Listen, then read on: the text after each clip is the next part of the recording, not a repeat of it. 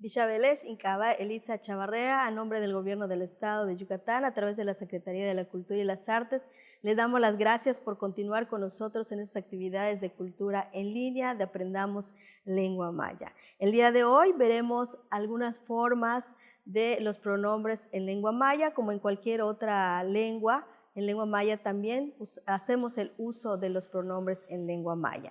Tenemos en los singulares y tenemos los plurales.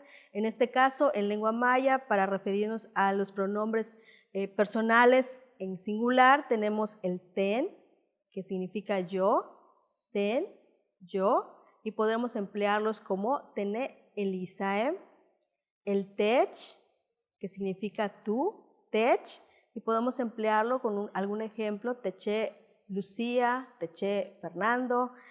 El leti, que significa él o ella, es leti. Por ejemplo, lo empleamos para decir letie inyum, él es mi papá. En el caso de los plurales tenemos el toon, que significa nosotros, toon. Por ejemplo, tone itzmalilom, nosotros somos de Izamal, tone itzmalilom.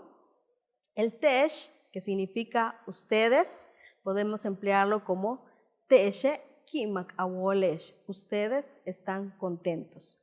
Tenemos el etiop, que también significa ellos o ellas, y podemos emplearlo como letiobe to uyolo, ellos están sanos. Entonces, nuevamente en lengua maya el singular sería tene, tem, tech, leti, y en plural, toon, teesh, letio.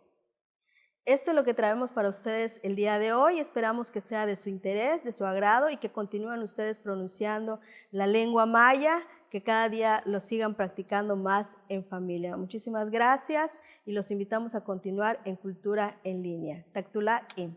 Juntos transformemos Yucatán. Gobierno Estatal 2018-2024.